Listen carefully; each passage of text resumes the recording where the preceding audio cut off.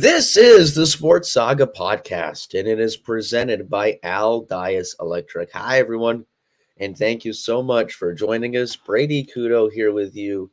Very, very happy and thrilled, and whatever positive adjective you want to use. I'm probably feeling that right now um, because of what is happening here. Okay. We are officially a part of the Fans Only Sports Network, and it feels really, really good. Um, so a huge shout out to Ron Robert, Matt Jolis, Chris Heatu, everyone on board who is allowing us to be a part of the team. Where is Keegan Hamlet and Tyler Sumner? Well, Tyler, I think, has food poisoning after some nasty chicken he ate last night. Keegan, I have absolutely no idea. I know he's alive because he was at Gillette last night. But other than that, I have no idea. So you know what? We're just gonna dive right into it. In social media promotion and everything like that, we talked about new, and this is part, the new software now using the StreamYard system and blah blah blah. But we introduced new segments, and we said that was going to be a thing. So let me upload the first segment. This was supposed to be Keegan's segment, by the way. We were calling it Keegan's Corner. And he wanted to recap the recent failures by the United States men's national team. So I guess I'll do it instead. Obvious disappointment. I mean, a draw to Saudi Arabia and a loss to Japan. You can't get much worse than that. Leading into the World Cup in November, right? I mean, Japan, that should have been a win. Like on paper, that should have been a win. 2-1, 1-0. I don't care. That should have been a win. And Saudi's a little tougher. I get it. But yet and still, I'm pointing blame at one person. Pointing blame at Greg Berhalter. He lives off of, the 4-3-3 is tactics and blah, blah, blah, blah, blah.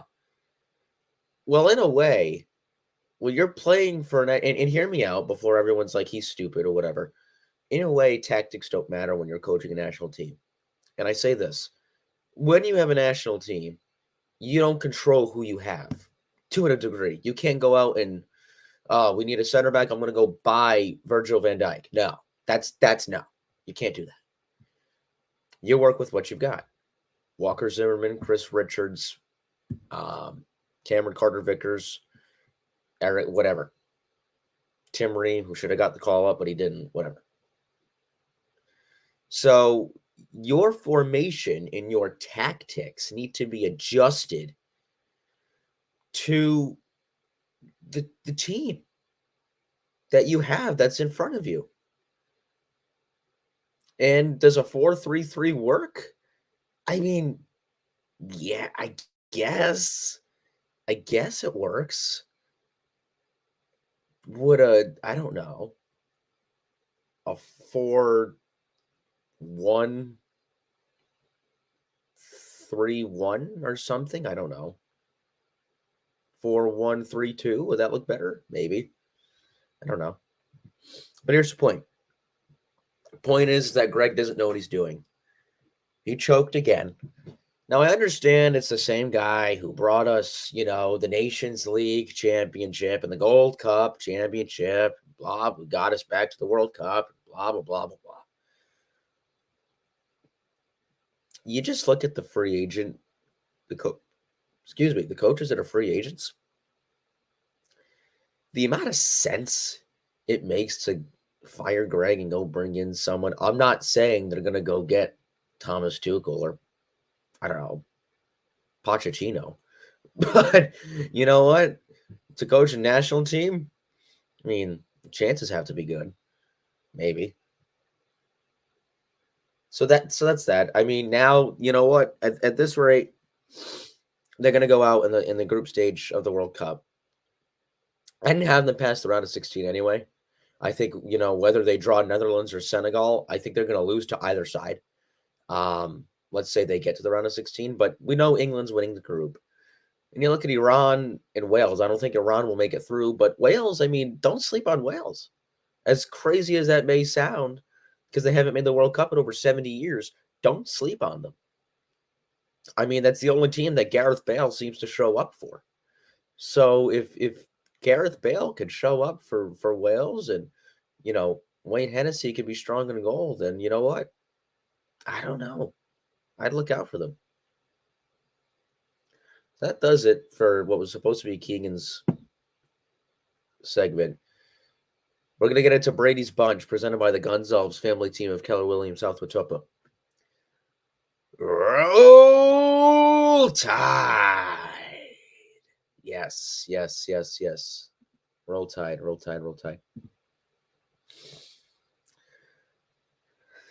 Look,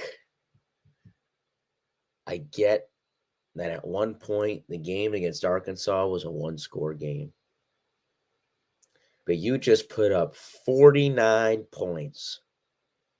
The majority of those being with the backup quarterback against it's a really good Arkansas defense. It is. There's no questioning that. You just put up 49 points on them? That's pretty good. It's pretty good. Do I have any concerns with this Bama team? No, I don't. I mean, maybe one concern might be Texas A&M. But yet and still, I'm like, but no. There's one team that scares me. It is just because of the defense. It's Georgia. But Georgia almost lost to Missouri, and they really should have lost to Missouri yesterday. So you know what? I'm not scared of Georgia anymore. I'm really not. Young has gotten a lot better this season, I feel like. I'm not saying number one overall pick in the draft material, not yet. I mean, that's still up for debate. But when you think about it, who else is better than Bryce Young to go number one? I mean, not Keaton Slovis or DJ Uiagalelei, or however you say his name. I think Bryce Young's the best quarterback in America. I mean, stats last year proved it, and the way he's going this year, that won't shock me either. But the biggest takeaway was how they responded and how they performed when Bryce went down. And I think as much as everyone was worried, I know I was worried, Jalen Milroe came on. And keep in mind, he's a freshman. Yeah, he threw an interception, whatever. But I like this kid to be the next quarterback in the University of Alabama. I really, really like it. Jahmyr Gibbs, awesome game. Awesome game. Prentice, Kobe Prentice, freshman. A freshman went for 3 receptions and 92 yards. Like, people don't understand how good this team is, man. They're my favorites to win the national championship. They are. Toto was great as usual. Dallas Turner, Jordan Battle were phenomenal as usual. But you gotta love the Tide. I mean, you do. Gotta love the Tide. I'll get into our final scheduled segment. Again, this ran very quicker than I planned. A week 4 preview for the NFL. I think, at least in my eyes, in my kind of sort of biased opinion, the biggest question I'm asking is, can the Raiders finally break the goose egg out of the win column? Um, have I given up hope on them? No, not necessarily. Not yet. Not yet. Am I pretty close? Yeah, I'm pretty close. You got the Broncos at home. The Vikings and the Saints are already underway. I think the Vikings should win. But the Broncos, I mean, you get the Broncos. The Raiders are still somehow favored in that one. Um, I mean, it's not shocking. As the Raiders' offense, it hasn't looked bad. It's the defense that's lost them games in special. Now I shouldn't even say special teams, but it's Hunter Renfro. And the Broncos, I mean, my God, they are just terrible. They really should have swapped records right now when you think about it. Bills and Ravens, probably the big one for CBS games at least. Um, you know, two star-powered quarterbacks, two great defenses. I like the Bills in that one though. Given 3 on the road, I don't see why not.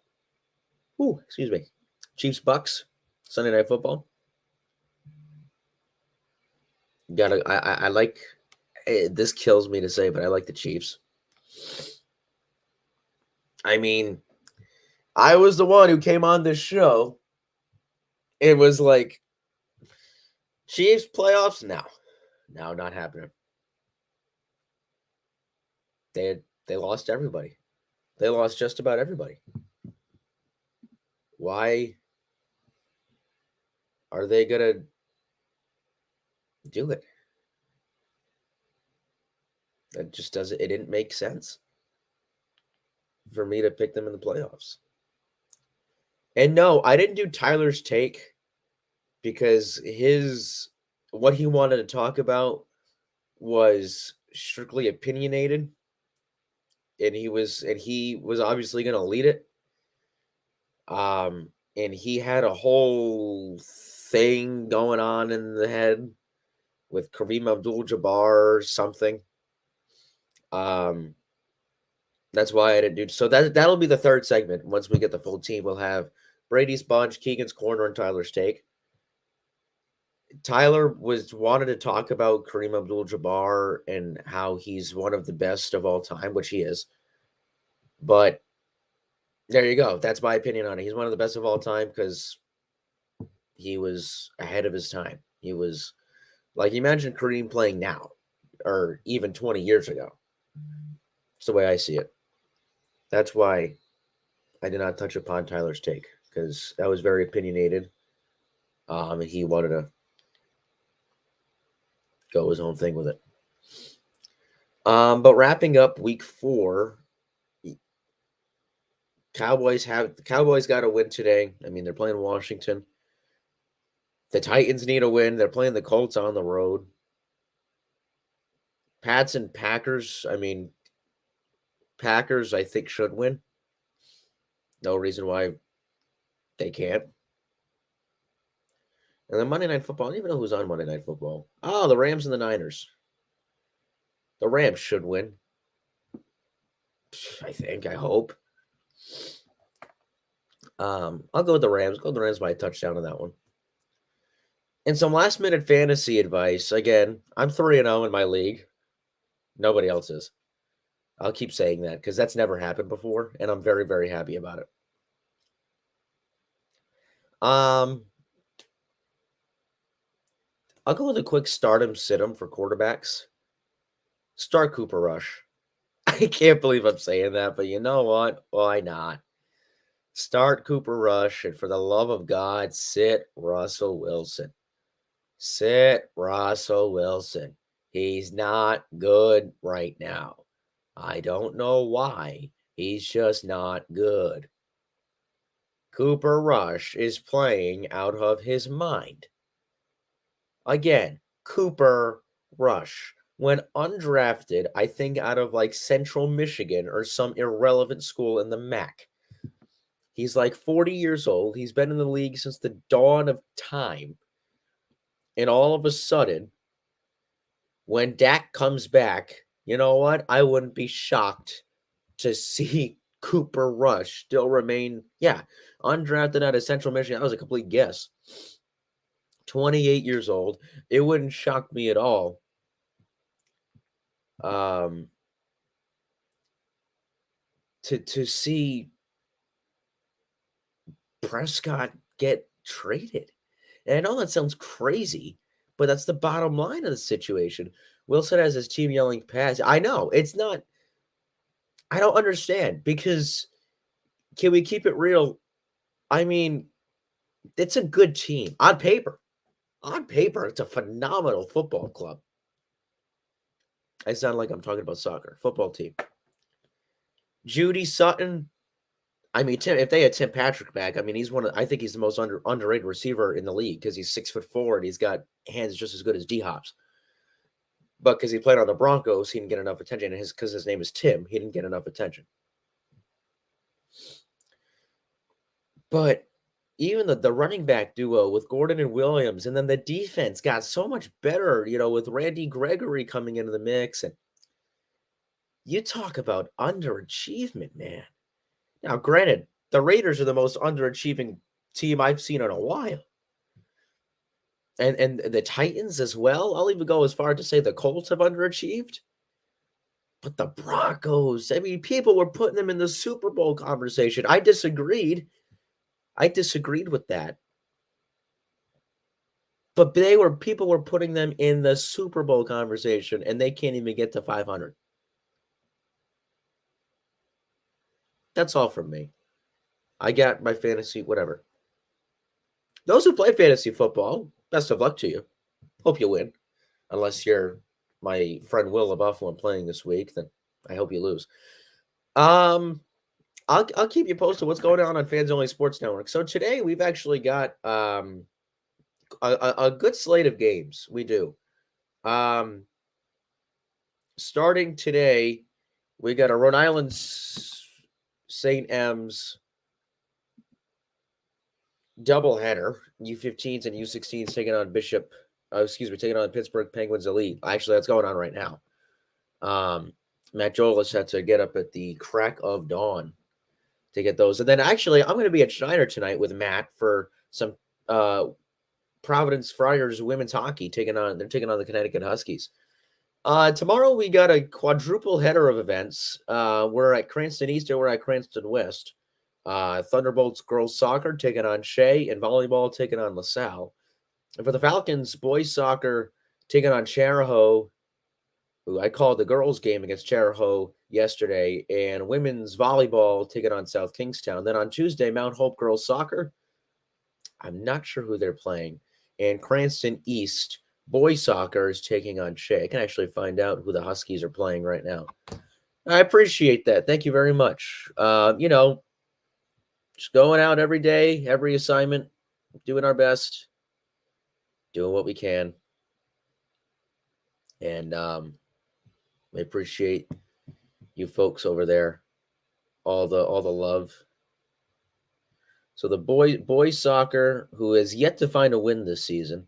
Actually, no, not boys soccer. They're home on Friday to take on Wakefield. I don't think we're doing that game.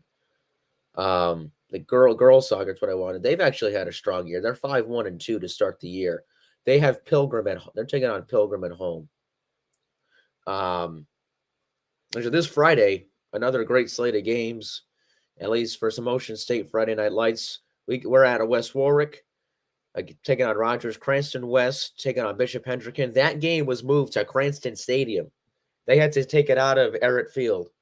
They're going to Cranston Stadium because the amount of people that is expected to be at that game is going to be through the roof. Mountain Pleasant is taking on East Providence, but we had a typo in our newsletter. I'm not sure what sport that is, so I'm going to try to find out.